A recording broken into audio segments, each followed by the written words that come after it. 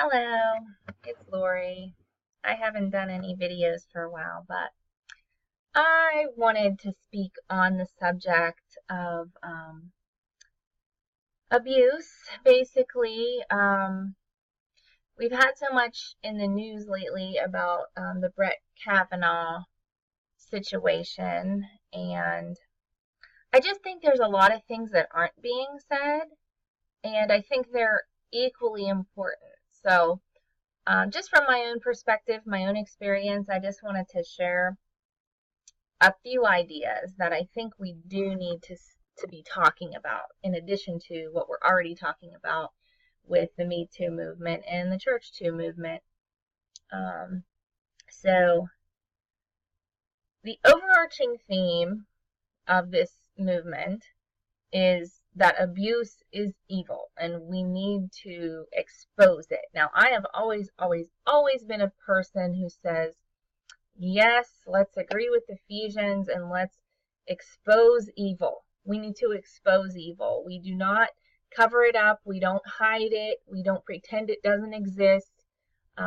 Wherever we are, if injustice is happening, if deceitfulness is going on, if there's abuse, we as Christians have a moral duty to expose those things, to confront them, to deal with them, to not sweep them under the rug, to not pretend they don't exist. We need to listen when someone says that they have been abused or treated unfairly in any way. So, that's just a given. That's step number one.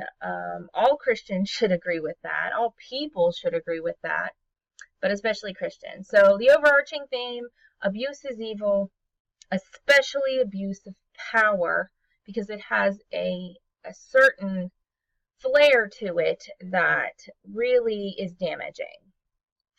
So why does it matter?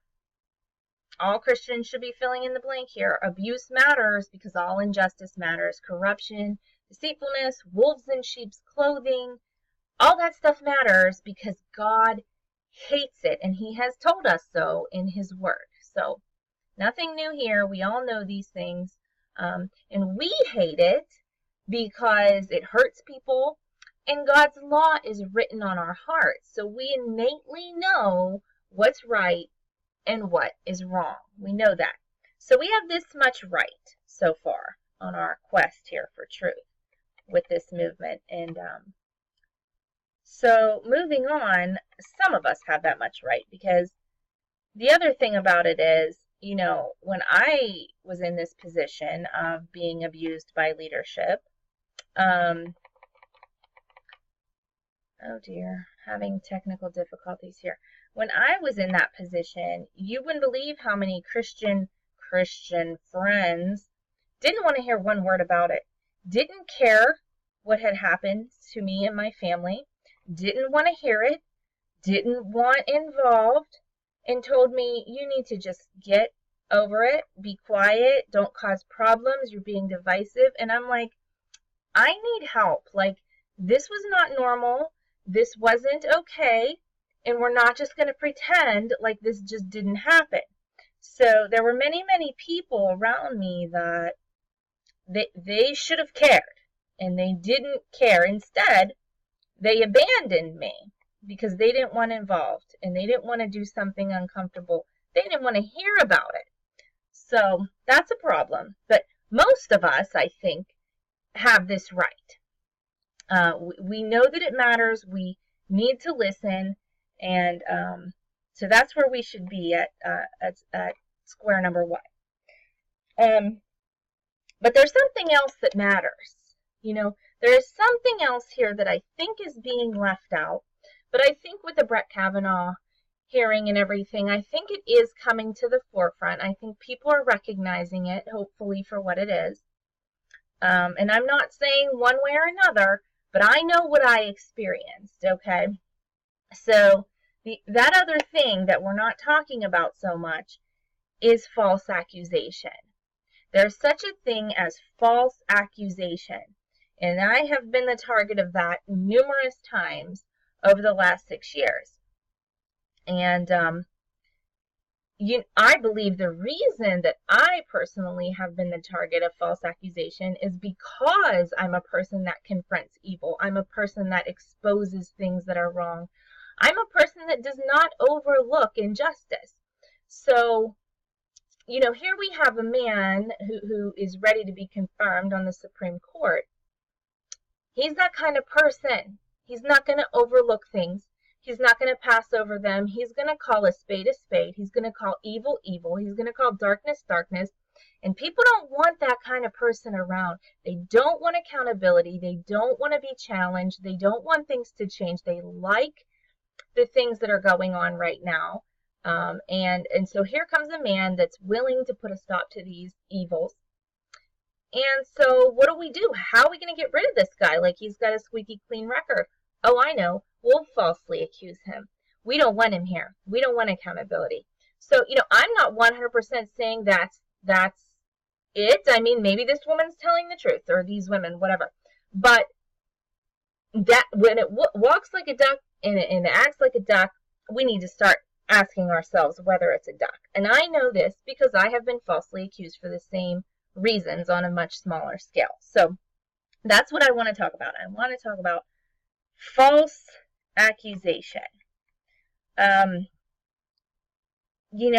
It's slander. It's the intentional maligning, discrediting, darkening of someone's character purposefully for personal or political gain, or for power, or for position, whatever. You fill in the blank. There's a reason for it. So I can say with 100% certainty that I have experienced both, certainly false accusation, abusive techniques and tactics, and also the other that we're talking about here, just plain old abusive power, or abuse of someone who's stronger than me, taking advantage. I've experienced both sides of this, so it's not like I'm just speaking from one end.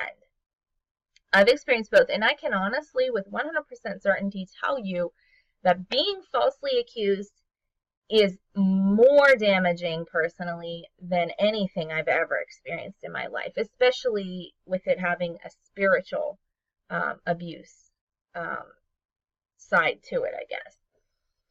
But I would venture to say that most people, at least on a small level, have experienced both of these things. They've experienced being taken advantage of in unjust ways by someone more powerful than them. And they've probably experienced being falsely accused, being gossiped or slandered about in some way, on some small level, hopefully not a large scale level. So I think we can all relate to both sides of this, to both the accuser and the accused. So both are atrocities. And I'm not saying that,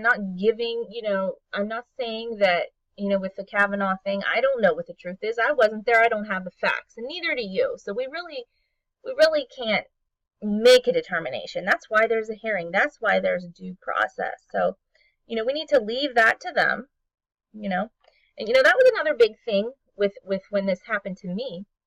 When I was falsely accused, instead of my accusers coming to me and saying, you did this and we need to deal with it, they didn't do that because I hadn't done it, number one. But number two, instead of coming to me, you know what they did? They drew in the entire community. The entire church community had to be part of this conversation, this slanderous conversation about me. The maligning and the discrediting of me and my family had to be a public thing. Now, you need to ask yourself why that is. Why would someone bring a false accusation publicly instead of to the people that the information is pertinent to, such as lawyers and people that are looking into reconciling the situation, bringing restitution for you? Why would you bring in the whole community and accuse someone of something? Doesn't make sense. I can't do anything about Brett Kavanaugh, neither can you. So, in any case, the first step when you have a true accusation or a true problem is you go to the person and you try to figure it out. Now, if you can't do that, then you hire someone to do that for you. So anyway, that's a side note, but I believe being falsely accused of something is far more damaging than anything else I've ever experienced. Well, I know that to be true in my own experience, but here's some reasons for that. Number one, when someone falsely accuses you, especially when they're in a position of power, self-defense is non-existent. You really can't defend yourself when an authority is doing this to you. I mean, you can try to make a defense, but who will listen? It's very difficult to get heard when someone is falsely accusing you, especially when they're bringing in the entire community. Now the entire community has false lies about you, and they already have these opinions in their mind. Oh, I knew they were that kind of person. Like, we can say those things about anyone. It doesn't mean they're true. So when you're on the defensive, you begin to second guess yourself, because not one of us is perfect, and we've all made mistakes, and we're all sinners. So you begin to say, well, maybe I am guilty of this. But, at the end of the day, the self-doubt is really just it's a result of being falsely accused. You know who you are. You know what you've done and haven't done. But when everyone around you is saying that you've done something that you haven't, it just creates a lot of internal conflict, and it is very damaging personally. But self-defense is very, very difficult in a situation where the entire public is brought in and you've been slandered and discredited over things that you didn't do. I know, that's the truth.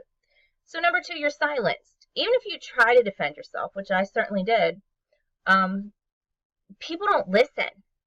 They listen to the victim. Okay, we should listen to victims if they're truly victims, but what if they're not victims? What if they're people just making up a story? Because that's what happened to me. Well, it doesn't matter, because you don't get to talk. You don't get to present your story. They get to present theirs. It's taken at face value, and that's the end for the most part in a lot of these situations. You never get a trial. And if you do, it's a kangaroo court like Jesus had. They're not there to get the truth. They're there to further slander you. So that's what I experienced. And so you're silenced. And if you try to come back later and say, hey, this was wrong, we really need to deal with this, nobody will hear you. You're just causing problems. You're just trying to be divisive. Why are you trying to tear people down? Well, I was torn down, and I just want an outlet to be able to defend myself. Like, and that's what I see in Kavanaugh is he's saying, I just want an opportunity to share my side, to clear my name. Like, how is this fair? Like, one person says something and we're all just going to take it at face value. I'm not saying she's lying or she is or she isn't. I'm just saying, why can't he defend his own honor? Like, we need to be able to hear both sides of the story. And that's exactly what I experienced. The accusers said their slanderous lies. I got to say nothing. It's not okay. It's not okay. So number three, you experience a great deal of self-doubt, which I think I already touched on that. You do. You doubt yourself. You doubt your own memories. You doubt your own mind, your own actions, because, like I said, when everybody's saying that you're guilty, you just start to think, like, am I this person that they're painting me as? It just creates a lot of inner turmoil that doesn't need to happen, because when you haven't done something, you haven't done it. You don't have to own something that you haven't done. Sometimes it seems like owning it might be easier, because then, oh, well, if I did do it, then I can apologize and everything could be okay. But if you didn't do it, doesn't work that way.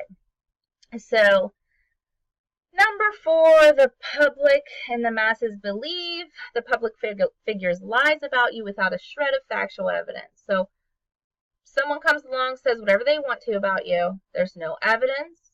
And if there is some flimsy story about, like, they claim that, you did this or that, it's not truth, but there's no proof either way. So again, it's hearsay, it's he said, she said. And so we're just going to take people's word, but we're not going to take your word because you're the bad guy in the situation. That's not okay. That's not okay. Number five, many friends and acquaintances abandon and blacklist you for things you never did. Okay, so here we have this accuser telling lies about you. Everybody's accepted that they're the truth without evidence. And so what we see after that is a generalized shunning and a blacklisting by even friends and family, people that you trust, people that you thought trusted you, should have trusted you, and you haven't done these things. But yet you're on trial and you're guilty. You don't get a hearing, and everyone basically just abandons you because they don't want to be involved. They don't want to be a friend of a sinner. Oh my gosh, what if they did do these things? I don't think they did. I don't know them to be like that, but you know what? Everybody says so, so I guess we'll just stay away from them. Who knows what they're capable of? Well, you know what, guys? That's not cool.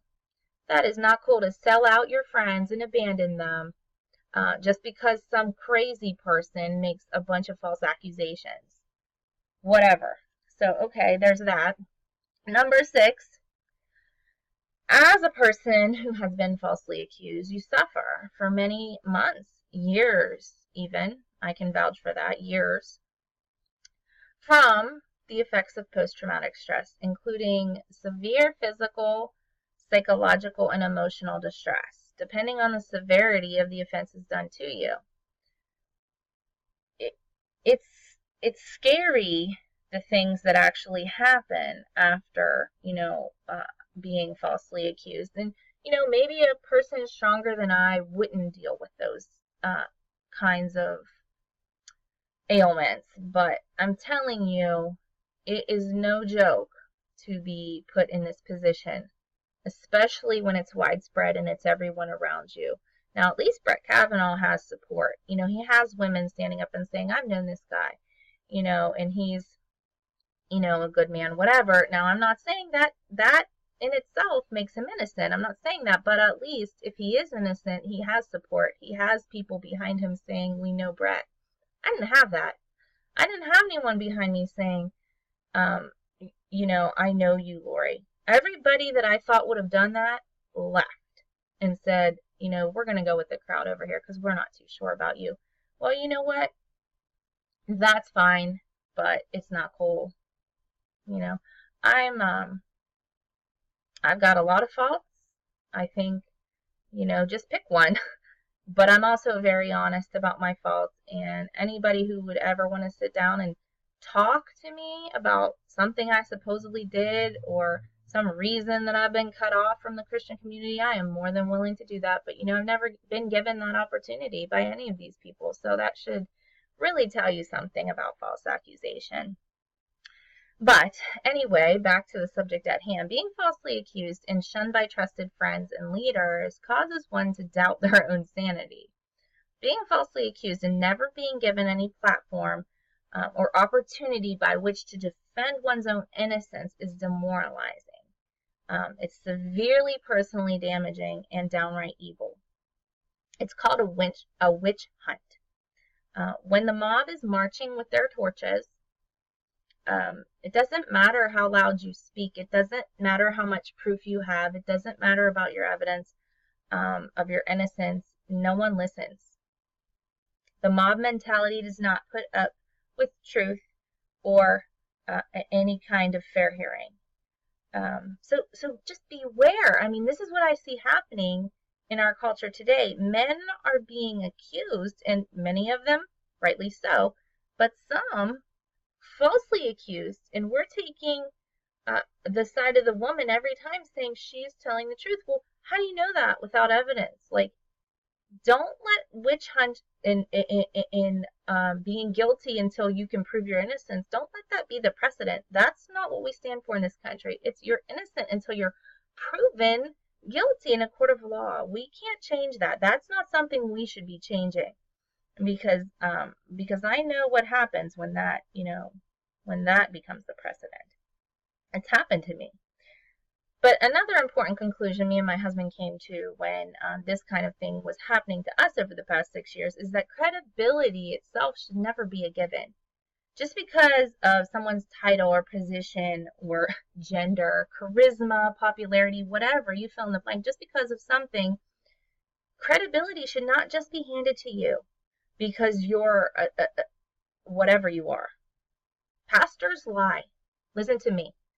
There are many pastors that I know that have lied about me and to many other people. So pastors, they're human. They sin. Pastors lie. People lie. Women lie. Yes, they do lie about these kinds of things. Men lie. Children lie. People everywhere of all walks of life lie at times when it's beneficial for them. Yes, they do. So don't ever just give someone credibility based on their position or their title or their gender. That is a no-no. We can't do that. We cannot begin to do that. But I see that being done. So there is a way. I think for the most part, we can look at someone's life, and no one's perfect. We all sin, we all fail. But I think we can look at someone's life, if we can examine their life, if we've known them for any amount of time, we can look back and we could say, what is the general direction of this person's life? We can look at their character. We can look how they interact. Now, that's not saying someone's innocent because they have a good track record, and it's not saying they're not innocent, or it's not saying that they're guilty because they have a bad track record. But I do think that it plays into the whole scheme of things when someone is accused. Now, again, doesn't mean someone doesn't sin. It's just when you look at the general direction of someone's life, you should be able to see which way they're going. And, that should count for something. We have a well-known prostitute on television talking about Brett Kavanaugh, purporting outrageous stories about a man who claims to have been celibate before, during, and after these claims that she's making. So, I'm not saying we should trust one over and above the other just because of their past and their track records. But when you have someone with a conscience seared so severely that they can be, a prostitute, doesn't mean that they're not telling the truth. It just means we need to look at that when we look at the grand scheme of things. We need to look at Kavanaugh's character. We need to look at her character, and we need to say, I don't know. Let's find some evidence first, okay, before we can say who's telling the truth and who's lying. And again, I understand the danger because, a position doesn't, a title doesn't mean that you are automatically innocent, doesn't mean that.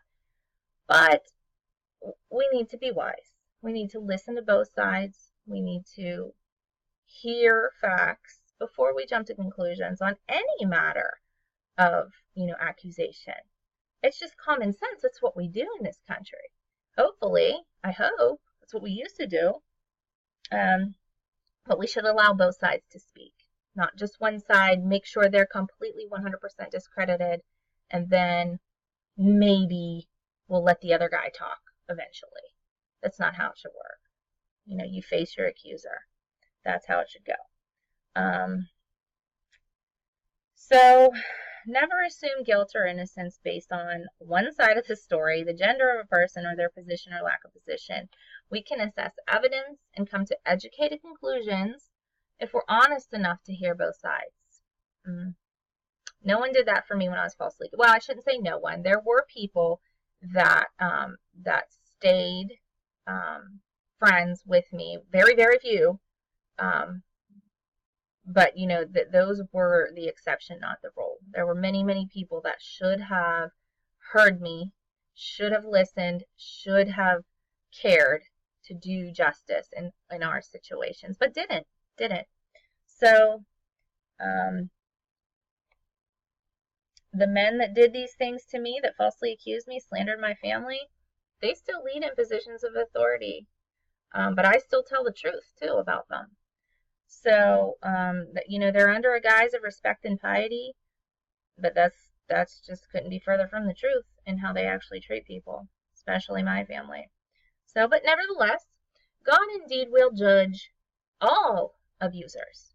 He will. He will judge these men. He will judge us all on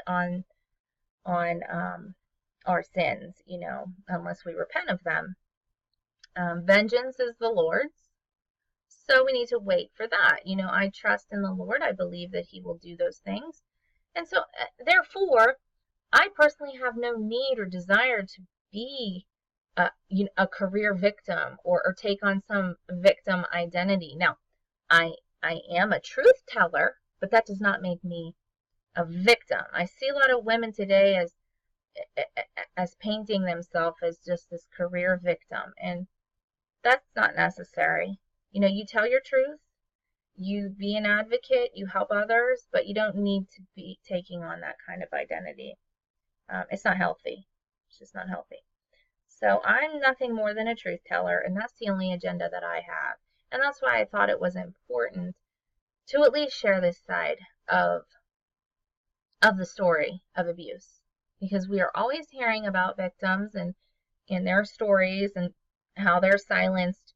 But there is a flip side to this, and there are people who are falsely accused, and that is just as abusive as being abused by someone of power. Someone of power falsely accusing you, same thing.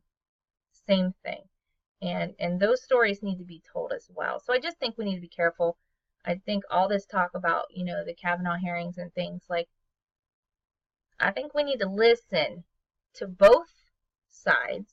We need to listen for facts and evidence, and then we need to make an educated decision before we just go out with our pitchforks and our torches in defense of a victim. Because let's be clear, Brett Kavanaugh is the bigger victim if she's lying.